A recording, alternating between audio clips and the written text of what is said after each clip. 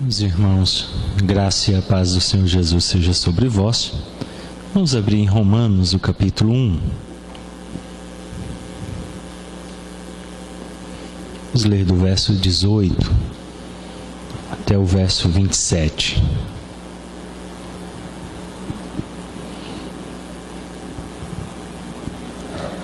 Romanos, capítulo 1, verso 18 ao verso 27. Diz assim: A ira de Deus se revela do céu contra toda impiedade e perversão dos homens que detêm a verdade pela injustiça. Porquanto o que de Deus se pode conhecer é manifesto entre eles, porque Deus lhes manifestou. Porque os atributos invisíveis de Deus, assim o seu eterno poder, como também a sua própria divindade, claramente se reconhecem desde o princípio do mundo, sendo percebidos por meio das coisas que foram criadas. Tais homens são, por isso, indesculpáveis. Porquanto, tendo conhecimento de Deus, não o glorificaram como Deus, nem lhe deram graças. Antes, se tornaram nulos em seus próprios raciocínios, obscurecendo-lhes o coração insensato. Inculcando-se por sábios, tornaram-se loucos.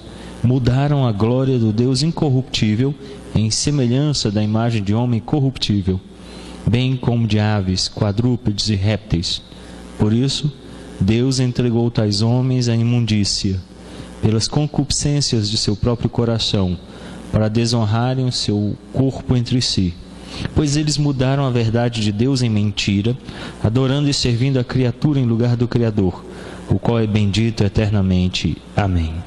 Por causa disso, os entregou Deus às paixões infames, porque até as mulheres mudaram o modo natural de suas relações íntimas por outro, contrário à natureza. Semelhantemente, os homens também, deixando o contato natural da mulher, se inflamaram mutuamente em sua sensualidade, cometendo torpeza homens com homens e recebendo em si mesmos a merecida punição do seu erro. Vamos orar?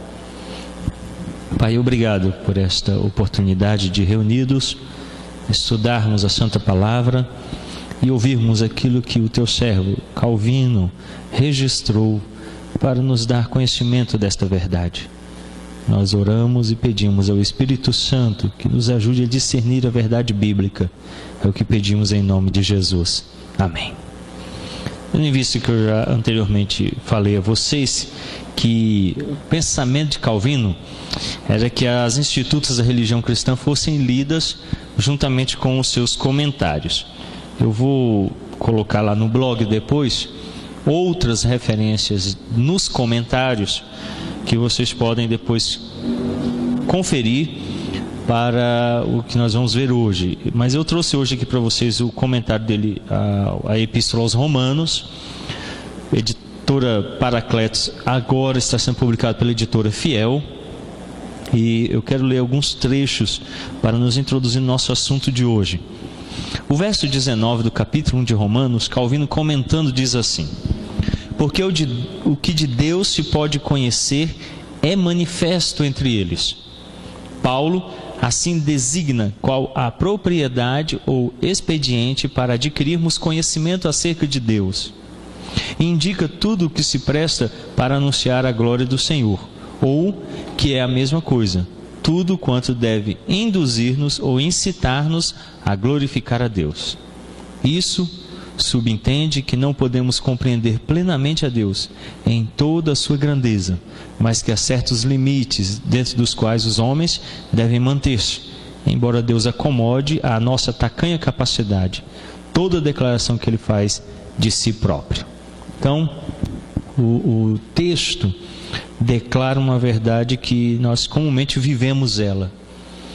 Eu nunca espero que o Isaac, aos seus 4 anos de idade, se iguale a mim em conhecimento, em capacidade de comunicação.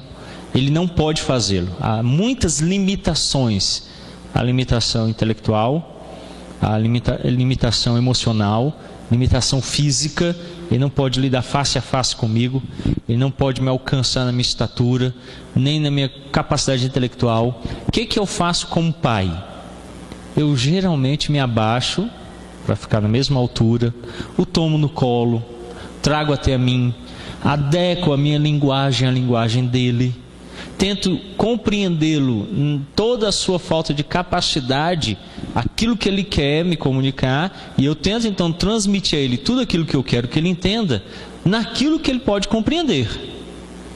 Assim Deus faz com a gente. E aí Calvino então usa uma expressão belíssima aqui, mas ele diz assim: mas há certos limites dentro dos quais os homens devem manter-se, embora Deus acomode a nossa tacanha capacidade, toda a declaração que ele faz de si próprio.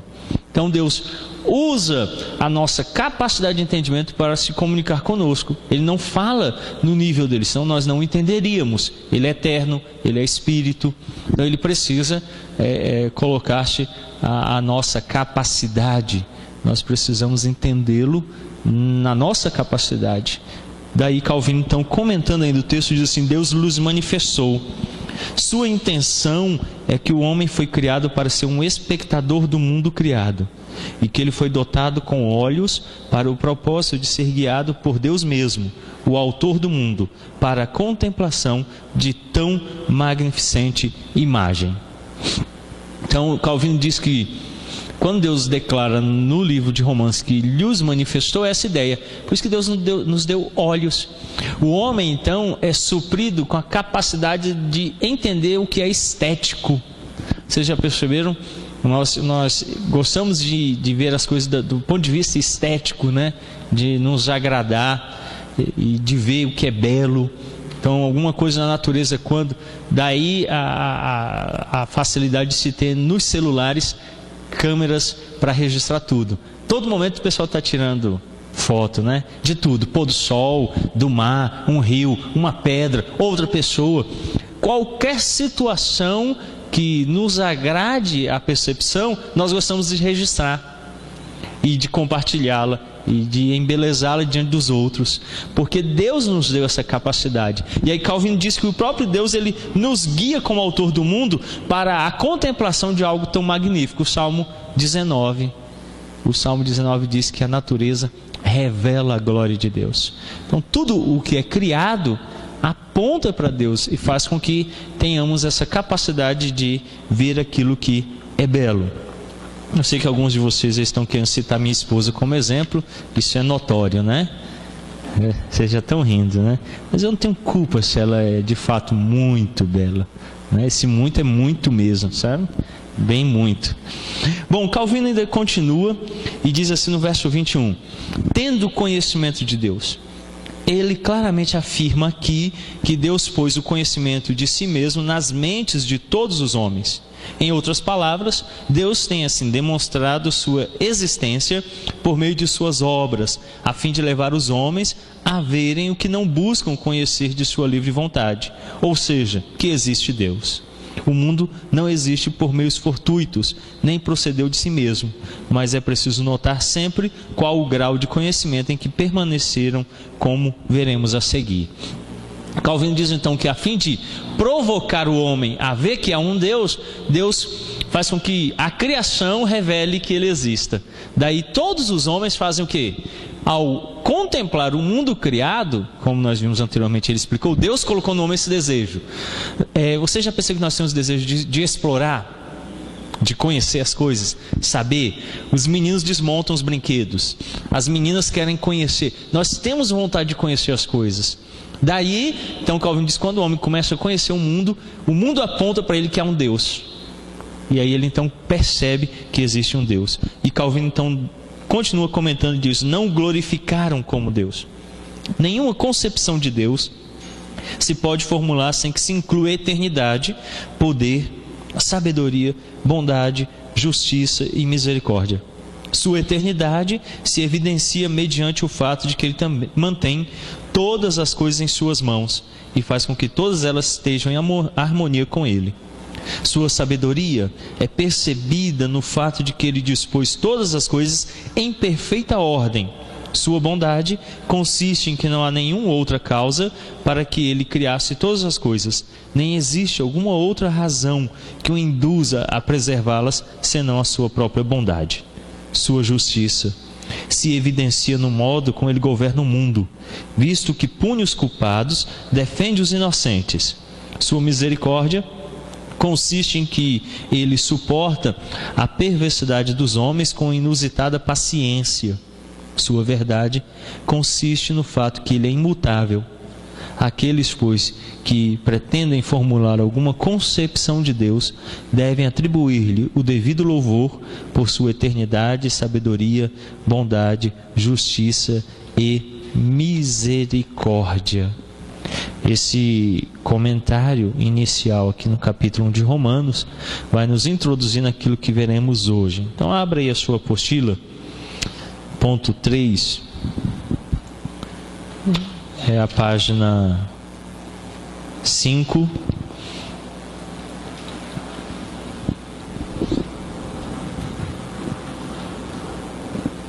Ponto 3. O conhecimento de Deus está naturalmente incutido na mente dos homens. Ok? Vocês observaram que acima aí tem o título do capítulo 2. Na verdade é o título do capítulo 3, né? Em duas versões de língua portuguesa. A primeira é a versão da Unesp, editora Unesp. O conhecimento de Deus está naturalmente incutido na mente dos homens. O ponto 3 embaixo é a citação do título como se encontra na edição clássica em latim. Ele diz assim: o conhecimento de Deus foi por natureza instilado na mente humana.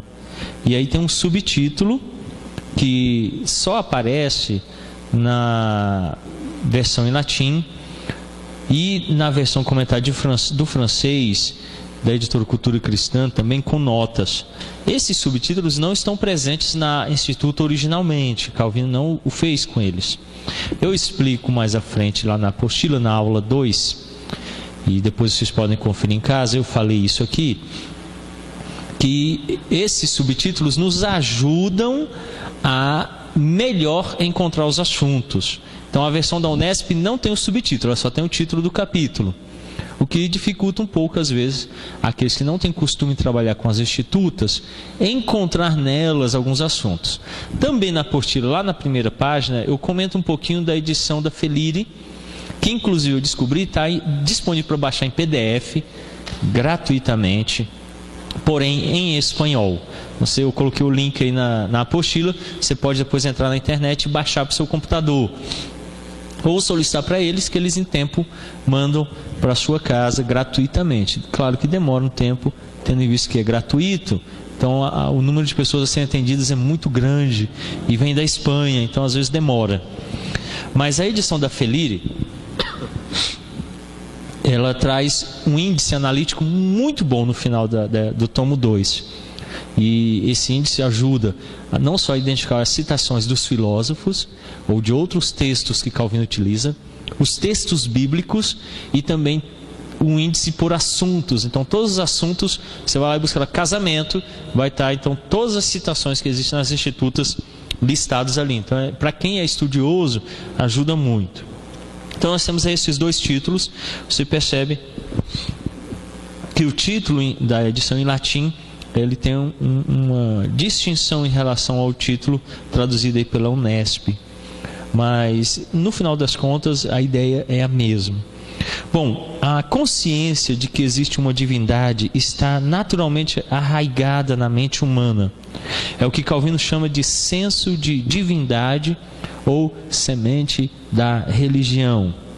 Então na página 43, eu coloquei um texto aí para vocês depois poderem ler. Ele é o texto da edição clássica. Eu vou ler aqui na tradução da Unesp. Diz assim: está fora de discussão que é inerente à mente humana, certamente por instinto natural, algum sentimento da divindade, a fim de que ninguém recorra ao pretexto da ignorância. Deus incutiu em todos uma certa compreensão de sua deidade, da qual, renovando com frequência a memória, instila de tempos em tempos novas gotas, para que, quando todos, sem exceção, entenderem que é um Deus, e que são as suas obras, sejam condenados por seu próprio testemunho, por não cultuarem e não consagrarem a própria vida à vontade dele. É o texto que nós lemos lá do capítulo 1 de Romanos. Deus coloca em todos os homens aquilo que ele denomina semente da religião. Essa semente da religião, ela pode florescer e virar uma árvore, nos que se convertem, que creem, ou pode permanecer uma semente. Mesmo sendo uma semente, Calvino diz que ela é um motivo suficiente para tornar os homens indesculpáveis. É o que Paulo disse.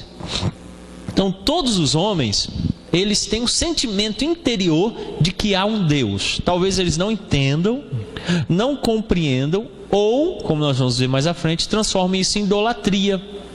Eu já falei aqui, em um outro momento, de uma senhora nos Estados Unidos. Estava fazendo panquecas. Vocês já comeram panqueca? Então, preparou a massa, pegou a farinha, eu acho que é água, né? Ou é leite, né? Fez lá e tal, colocou na frigideira para fazer a panqueca. Aí virou a panqueca, o telefone tocou, era amiga, e ela foi atender. E quando voltou, a panqueca tinha queimado. Ela se chateou, pegou, abriu o lixo e jogou dentro.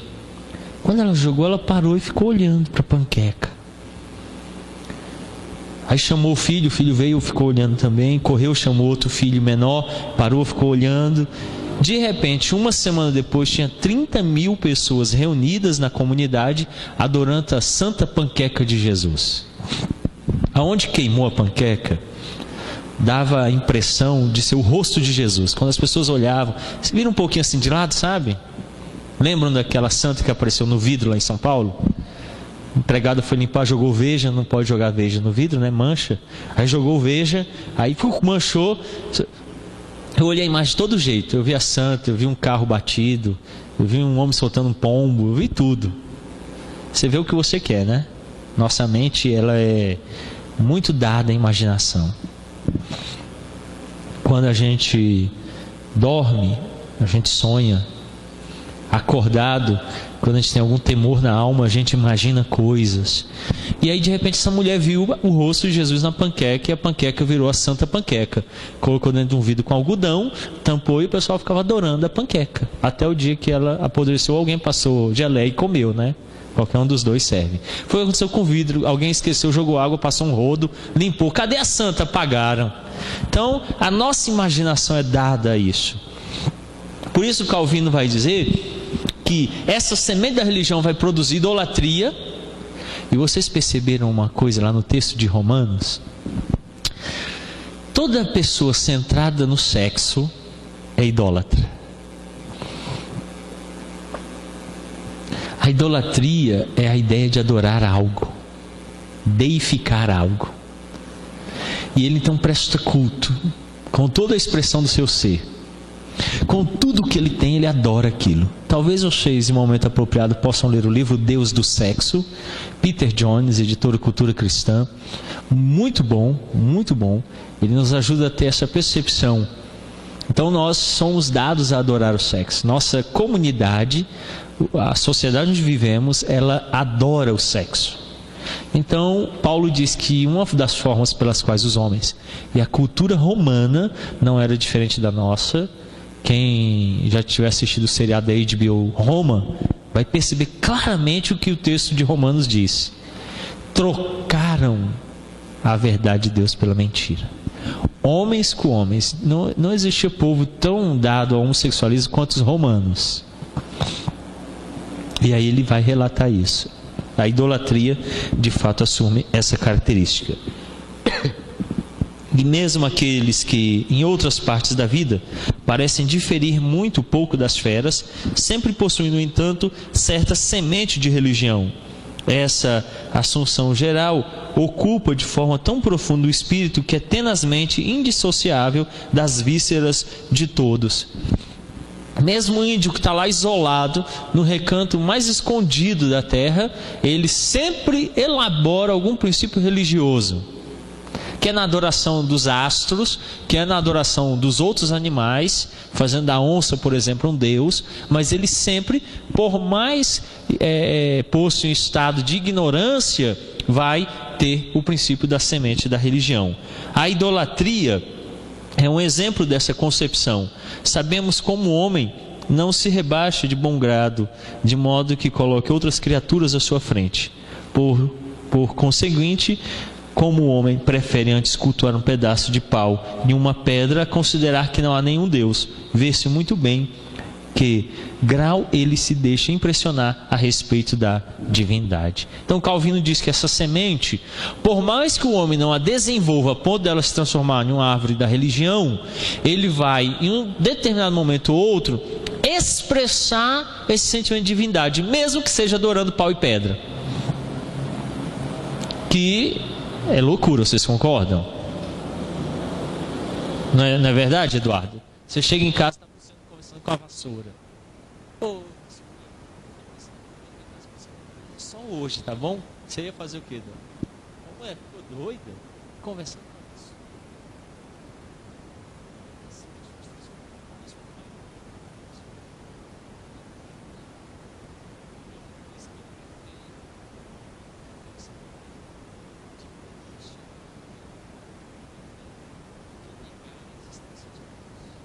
Porque mesmo os que negam admitem que existe um Deus.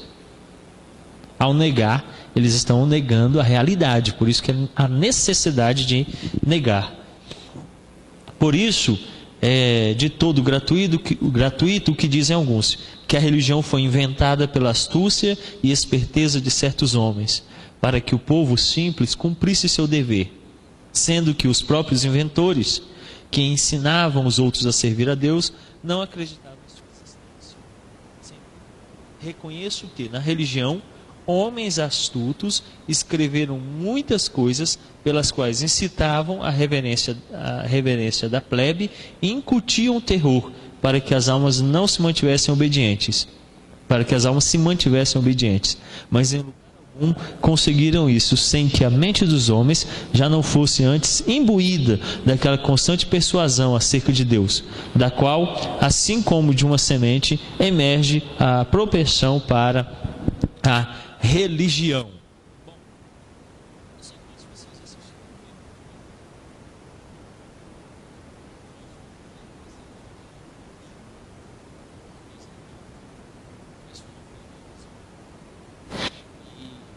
Toda vez que alguém usa o vermelho, atrai a fera, né? Se fugir, atrai a fera, ela persegue e mata. Então ninguém sai dali e fica vivendo ali recluso. E por um motivo lá, acontece a situação que alguém se machuca e uma pessoa precisa sair de lá para buscar medicamento. Alguém fala, olha, tem a civilização, existe um lugar onde você pode conseguir medicamento. E a pessoa então, na fuga, se encontra com a fera, que ataca e persegue. Mas lá no meio da floresta, mesmo depois de descobrir que aquilo tudo era mentira, uma religião inventada, que não existia fera, que ela não era lançada por Deus para puni-los porque eles estavam saindo de lá, ela se põe a orar. É interessante isso. Então eles começam a levantar, e Calvino faz uma citação aqui de Cícero e Platão. Ele fala assim, mesmo que os filósofos digam que a religião é inventada para ter controle, e nesse filme A Vila é isso que acontece, a religião deles é inventada para controlar as pessoas. E aí ele fala, mesmo que isso aconteça, elas vão ter uma religião verdadeira. E a gente consegue ver isso. Às vezes você chama um católico romano, dado a idolatria, que adora paus e pedras, mas lá no íntimo ele tem um sentimento de religião verdadeira. E aqueles que vêm, por exemplo, do pentecostalismo, do neopentecostalismo, estavam adorando a Deus de forma errada. E você fala, olha, ele fala assim, olha, pastor, eu mentia quando eu falava de Deus. Mentia nas revelações.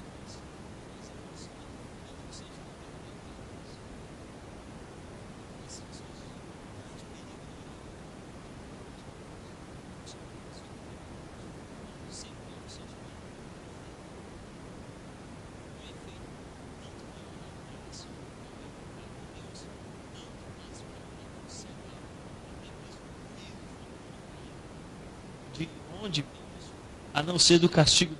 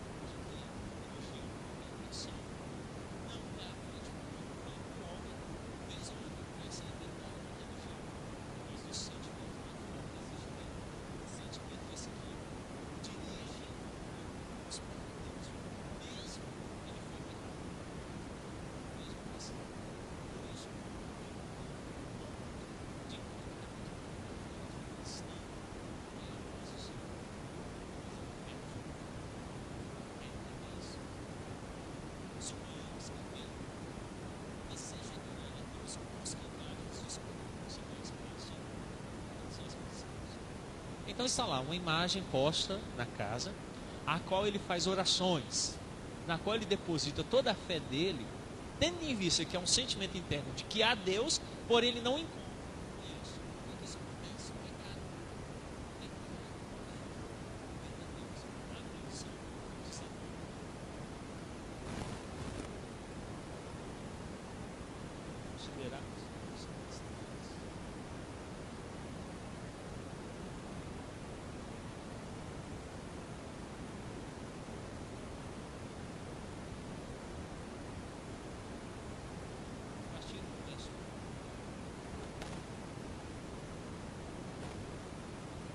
Ao mestre de canto, salmo de Davi.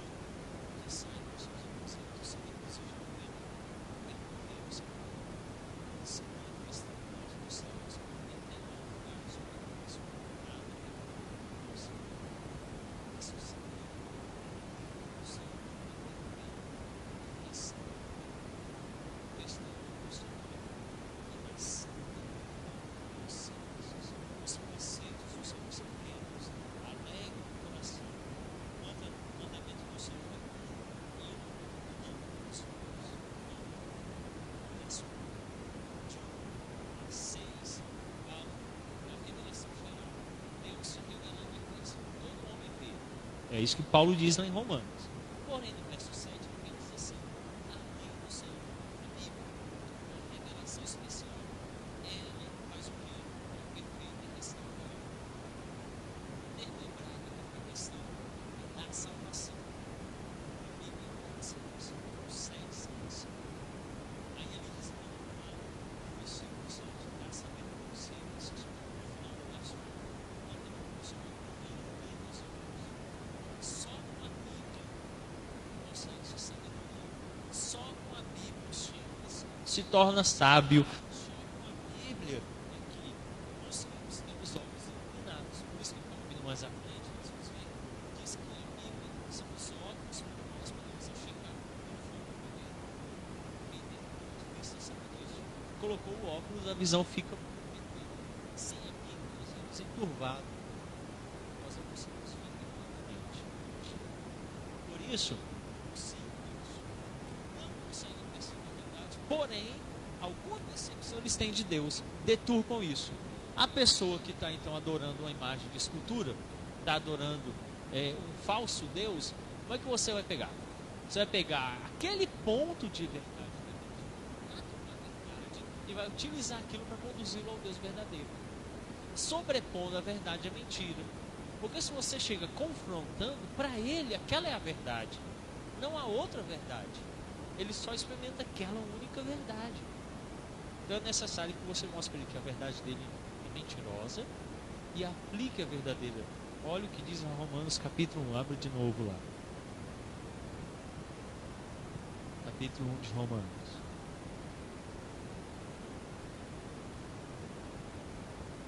O verso 20. Porque os atributos invisíveis de Deus, assim o seu eterno poder, como também a sua própria divindade, claramente se reconhecem desde o princípio do mundo, sendo percebidos por meio das coisas que foram criadas, tais homens são por isso indesculpáveis. Porquanto, tendo conhecimento de Deus, não o glorificaram como Deus, nem lhe deram graças, antes se tornaram nulos em seus próprios raciocínios, obscurecendo-se-lhes o coração, insensatos. Daí o que acontece? Mesmo Deus tendo se revelado, o Salmo 19 fala isso de forma maravilhosa, o pecado os impede de ver essa realidade. E não glorificaram a Deus, antes se tornaram nulos em seus próprios raciocínios. Daí então eles deturpam a verdade, transformando em mentira. Paulo fala isso no verso 18. A ira de Deus se revela do céu contra toda impiedade e perversão dos homens que detêm a verdade pela injustiça. Então, antes de reconhecer a verdade, eles negam a verdade. E aí se tornam, então, culpados. Calvino, então, diz que toda pessoa que procura fugir da glória de Deus, geralmente vai cair na idolatria, adorando a Deus em formas não autorizadas por ele. Verso 23 diz assim: mudaram a glória de Deus incorruptível em semelhança de homem corruptível, homem de aves, quadrúpedes e répteis.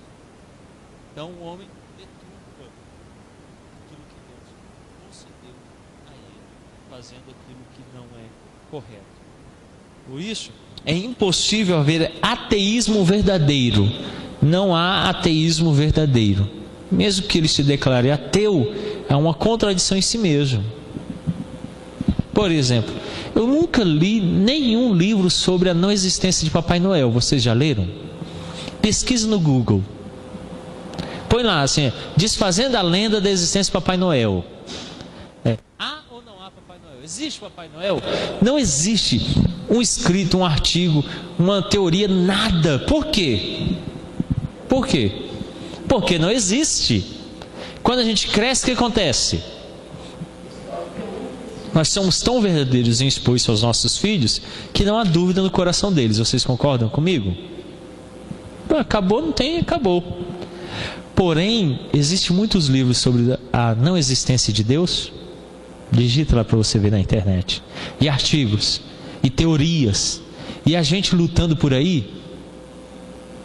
Então, quando você pega uma criança, e depois que ela começa a ter um pouco mais de entendimento, chega para ele e fala assim: não existe Deus, para você ver o que vai acontecer.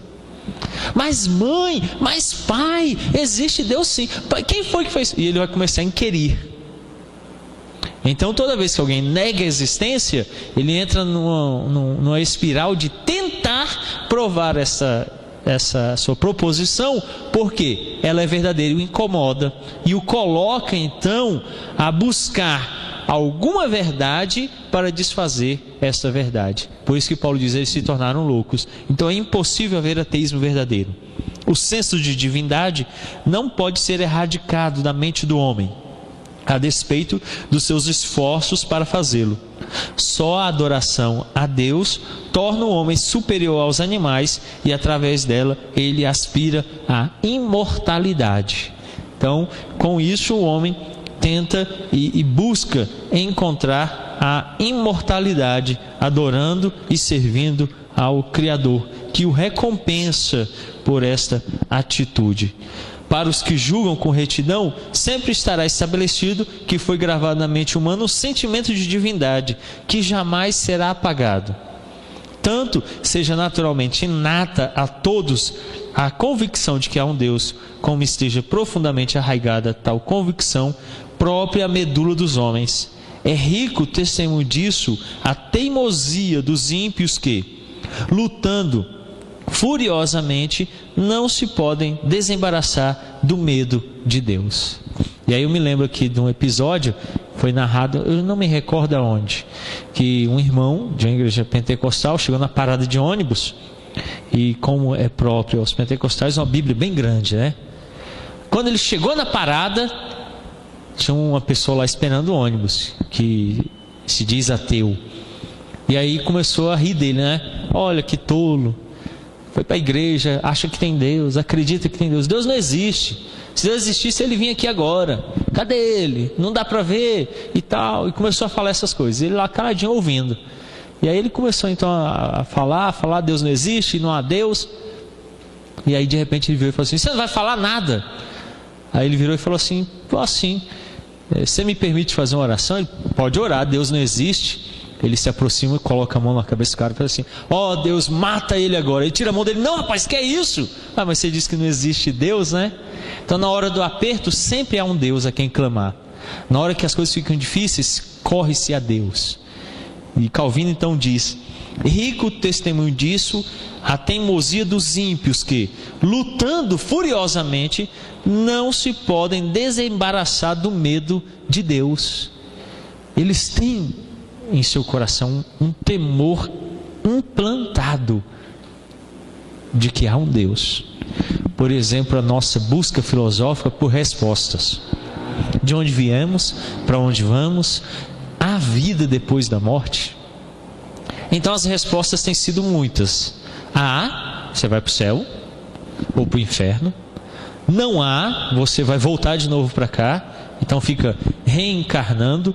E aí a minha pergunta é: se quem existia morre e volta, por que está aumentando o número de pessoas? Não era para manter o mesmo? Então é tolo já em si mesmo esse pensamento. Mas vamos lá. Tem outros que acreditam que acaba tudo. E daí Paulo então disse que os filósofos falavam o quê? Comamos e bebamos.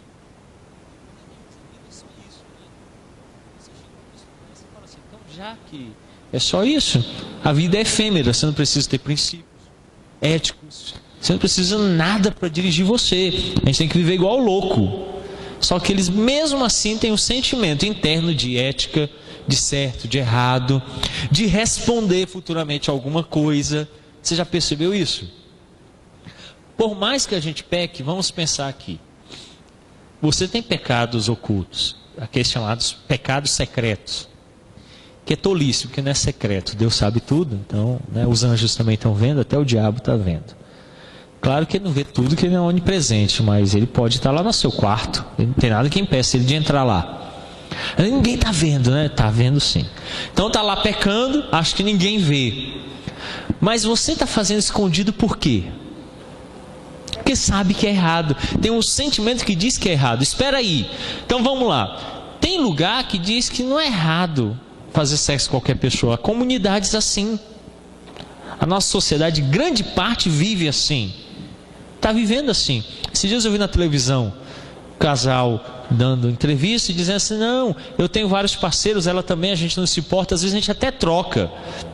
E a reportagem acompanhou um dia no qual ele recebeu uma mulher na casa, a mulher chegou, ele conheceu ela na internet, a esposa saiu para ir fazer compras e a outra mulher ficou lá fazendo sexo com o marido. A nossa sociedade está vivendo assim. Passa na televisão, ninguém está escondendo nada. Mas há sociedades nas quais isso não é mais aceitável. Ainda há sociedades que, se você fizer isso, você paga com a própria vida. Exemplo, em alguns países árabes. Nós, há bem pouco tempo atrás, tínhamos o adultério como crime. Hoje já não é mais. Em alguns lugares até está sendo incentivado, né? Mas há sociedades que dizem assim: não, não pode, basta. como há na nossa sociedade alguns princípios dos quais nós dizemos, isso é inaceitável. Por exemplo, a gente ainda está olhando por causa dos índios que matam crianças gêmeas, se nascer gêmeo, mata um, porque senão a alma fica dividida. Se nascer doente, mata na mesma hora. A nossa sociedade está tratando disso, porque para nós ainda não é aceitável. O PT está querendo aprovar, né, que é o aborto. Ah, esqueci de tomar um anticoncepcional, ficou grávida, mata. Eles dizem que é método anticoncepcional. Eu digo que é assassinato. Mas a nossa sociedade ainda não aceita. A nossa sociedade ainda olha com olhos de que isso não é aceitável. Por quê? Porque nós temos um sentimento interno que vamos responder. Mesmo que alguém chegue e diga assim, depois que morre acaba tudo. Por que não vive desenfreadamente? Porque não acaba. No fundo ele sabe. Por que aqueles que dizem que reencarna e volta, tentam praticar o bem, se vai voltar de novo? É porque ele sabe que vai ter que responder alguém. É a semente da religião plantada dentro de cada homem. Uma semente que diz que é um divino, que é um Deus bom, justo, santo, ao qual todos nós deveremos responder em momento apropriado, que é o dia do juízo. Daí os homens então viverem buscando justiça, aquilo que é bom, porque eles devem responder a Deus. Quando nós então percebemos que essa semente, vez ou outra, pode ser apagada ou suscitada. Por isso tem uns mais religiosos, outros menos religiosos, mas todos são. Então a semente, ela pode ser uma única sementezinha no coração daquele homem. Talvez ele seja muito pouco religioso, mas há. E alguns ela começa a germinar, outros ela começa a crescer e outros ela se transforma em árvore. Em cada um desses sempre haverá a ideia da presença de Deus, que pode ser em maior ou menor grau. É esse o ensino que Calvino transmite aqui, desse senso, dessa presença da divindade. Tem um trecho que eu gostaria de ler aí na última página, que está na edição clássica. Diz assim: afirmo simplesmente isto: enquanto na mente se lhes enlarguece essa obstinada dureza que os ímpios avidamente evocam para repudiar a Deus, no entanto, cobra vício e, por vezes, medro vigoroso, esse senso da divindade que, tão ardentemente, desejariam fosse ele extinto, donde concluímos que essa não é uma doutrina que se apreende na escola, mas que cada um, desde o ventre materno, deve ser mestre dela para si próprio, e da qual a própria natureza não permite que alguém esqueça, ainda que muitos há que põem todo o seu empenho nessa tarefa. Portanto, se todos nascem e vivem com essa disposição de conhecer a Deus, e o conhecimento de Deus, se não chega até onde eu disse, é caduco e fútil, é claro que todos aqueles que não dirigem quanto pensam e fazem a esta meta, degeneram e se apartam do fim para o qual foram criados.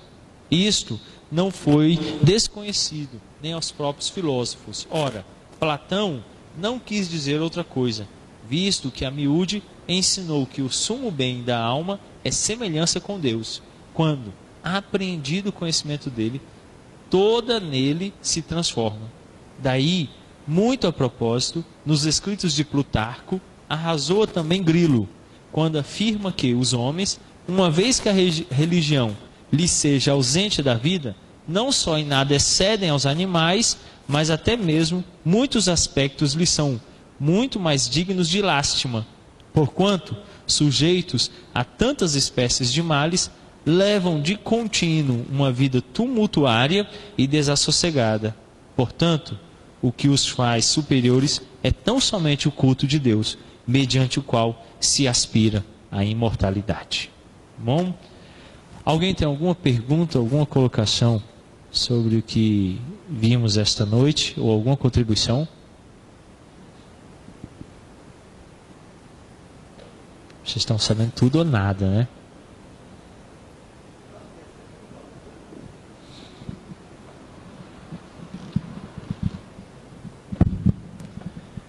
Nós conhecemos a nós mesmos. A Bíblia já diz que o nosso coração é enganoso, né?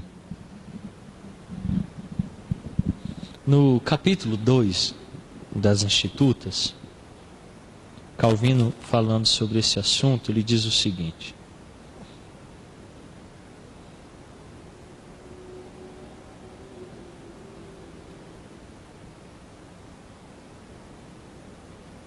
sobre o capítulo 3. Está fora de discussão que é inerente à mente humana, certamente por instinto natural, algum sentimento da divindade. É esse sentimento que permite o que Calvino está dizendo. Nós só nos conhecemos a nós quando conhecemos a Deus. Eu não consigo ter um correto conhecimento de mim por causa dessa situação que você falou.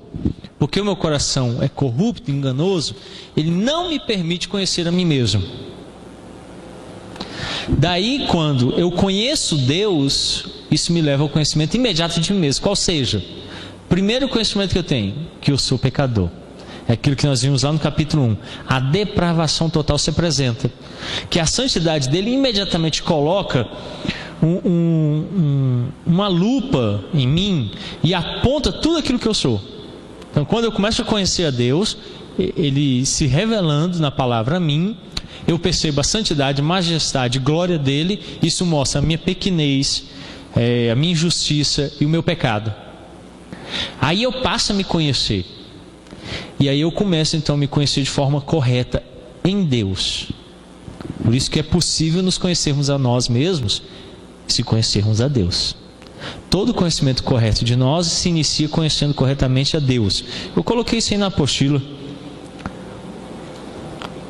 A análise do capítulo 1, lá, a primeira folha. A essência da sabedoria consiste em conhecer a Deus e nós mesmos.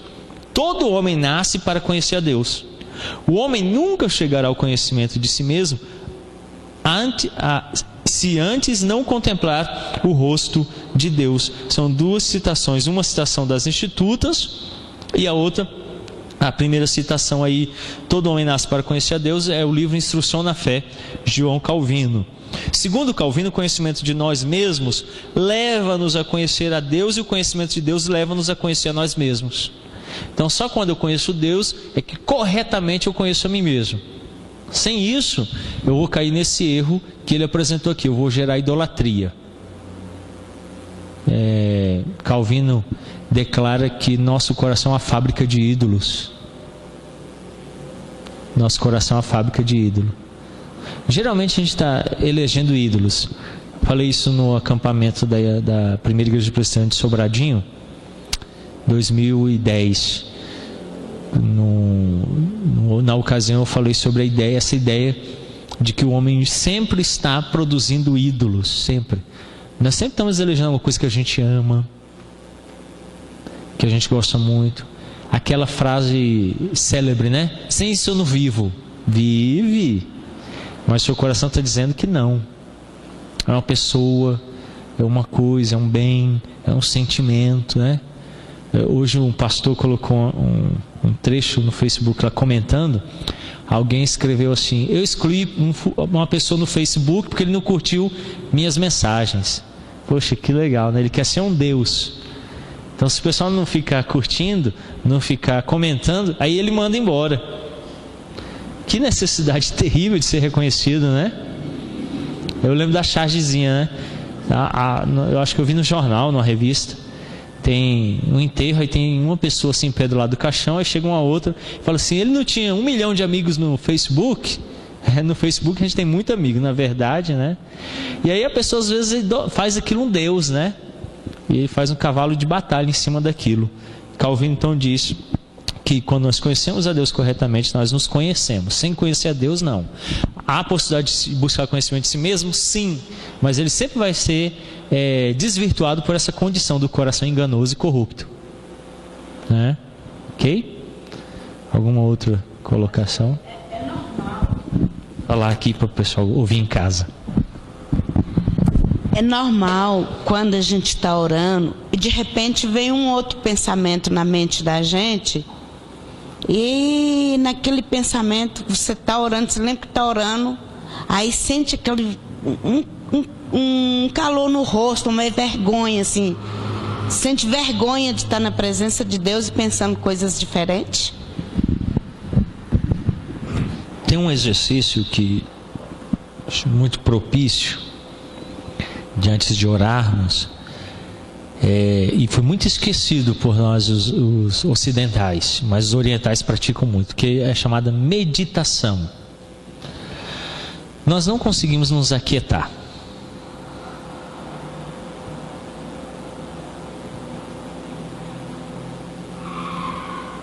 Se vocês pudessem ver daqui o que está acontecendo, é tão engraçado.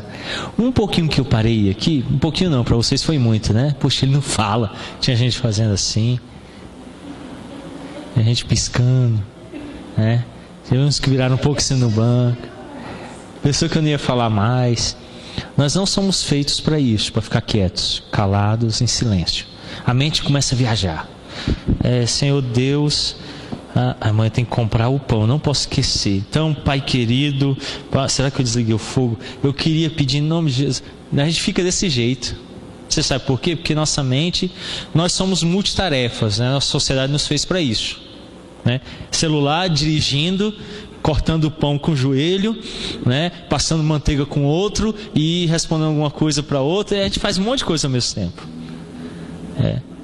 Eu sigo um método de estudo chama Pomodoro, que é dividir, fracionar o estudo em tempos marcados cronologicamente e sem interrupção para nada, só se morrer alguém mesmo. Então, aquele momento, aquela hora, vou me centrar. Então, um dia alguém falou assim: quantos livros você está lendo? Eu falei: olha, hoje eu estou lendo 11 livros. Como? Eu falei: eu me concentro. Aquela hora eu leio só aquilo, não existe mais nada. Como é que você faz boletim? Como você faz estudo? Como é que você visita? É porque eu divido e aquela hora é aquilo. Então o resto é resto. Eu vou fazer outra hora.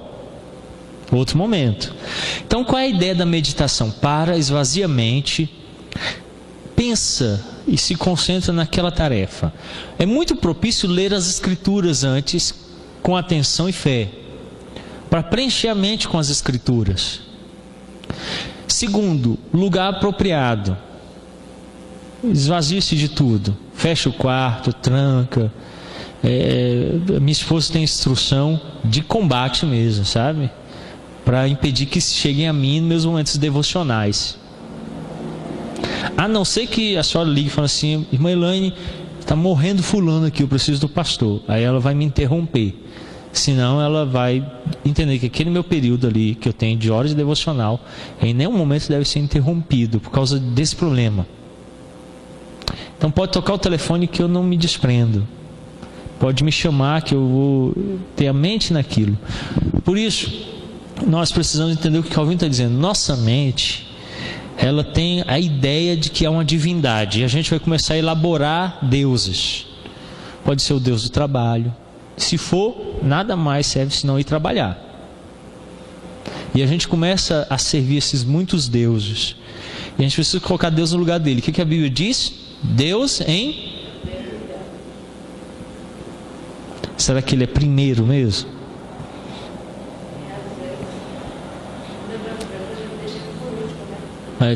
Tem uma madeira, tem uma tábua. A dona Dulce está numa ponta, eu estou na outra, Ellen. A gente está equilibrando a madeira. Embaixo é um fosso muito profundo. Se cair, morre na hora. Chama o bombeiro, você chega lá. Quem é que você salva primeiro? Pode falar que é a mamãe. Pode falar, eu sei que você gosta da mamãe. A mãe tem mais valor do que o pastor. É claro, gerou você. Você a ama. Pastor é o pastor, né? O Isaac, ele é mestre nisso. De vez em quando a Alice, a Wailane, fala assim: você ama mais papai ou mamãe? Ele fala os dois. Ele é safo, né? Ele é safo. Mas se tiver que escolher, aí ele sai e não quer falar sobre isso. Ele não quer conversar. Mas a Bíblia nos faz tratar sobre isso. Quem é que está em primeiro lugar? Deus. Quando nós não o colocamos em primeiro lugar, é impossível orar. Aí a mente vai... tem um puritano agora, me foge o nome dele. Ele diz assim: se você não começar o seu dia e o primeiro pensamento não for Deus, todo dia não terá Deus como primeiro. Antes de conversar, pensar, raciocinar, escovar os dentes, ir ao banheiro, pense em Deus. Comece com Deus, orando, buscando. Propositadamente prepare-se para isso. Porque se não o fizer assim, aí vai acontecer igual a senhora está falando. A mente vai perder-se. Nós precisamos saturar a nossa mente com Deus. Só assim, aí, Elias, o que você falou, eu vou me conhecer. Como eu sei o que eu sou por causa de Deus, fica mais fácil me tratar. Porque se eu começar de mim, fica muito difícil. Ah, pastor, mas eu preciso todo dia, antes de qualquer coisa, ir no banheiro, eu não me aguento. Será que é assim? Porque em algumas situações seguras, né, no cinema, ai, estou com vontade de ir no banheiro. Um dia desse uma pessoa fez isso. Aí eu falei, então, não, eu quero ver o filme primeiro. Segurou o filme todo, 2h10. Aí quando está na igreja, né, vai toda hora no banheiro. Eu falo, puxa vida, eu vou pôr um dia, eu vou montar igual em um cinema, você apagar tudo, pôr um projetor, tá? Ver se vocês ficam da pipoca, né? O cara entra e ganha uma Bíblia e uma pipoca. Aí vê se não sai. Aí em vez de pastor ficar pegando aqui, vou gravar e vai projetar. E fica todo mundo, ninguém vai sair beber água, ninguém vai sair para ir no banheiro, porque no culto, né? É porque nós não temos a ideia de que aqui é a hora de adorar a Deus, Ele está em primeiro lugar, o resto é resto. Bom, ok, vamos encerrar então, vamos orar. Pai querido, obrigado por esta noite, pela oportunidade que o Senhor nos concedeu de compreendermos um pouco daquilo que o apóstolo São Paulo aponta lá em Romanos, o capítulo 1, de que o Senhor tem se dado a conhecer a cada um de nós. Daí Calvino então ter nos dito que essa semente da religião está presente em cada homem. Nos ajuda, ó Deus, a identificar esta semente para guiá-los a reconhecer plenamente a Deus e glorificá-lo, porque é isso que a palavra pede, que Deus seja glorificado e seja servido como Deus. Nos ajude, nos dê graça, nos dirige, é o que nós pedimos, Pai, em nome santo de Cristo Jesus, amém. Deus abençoe.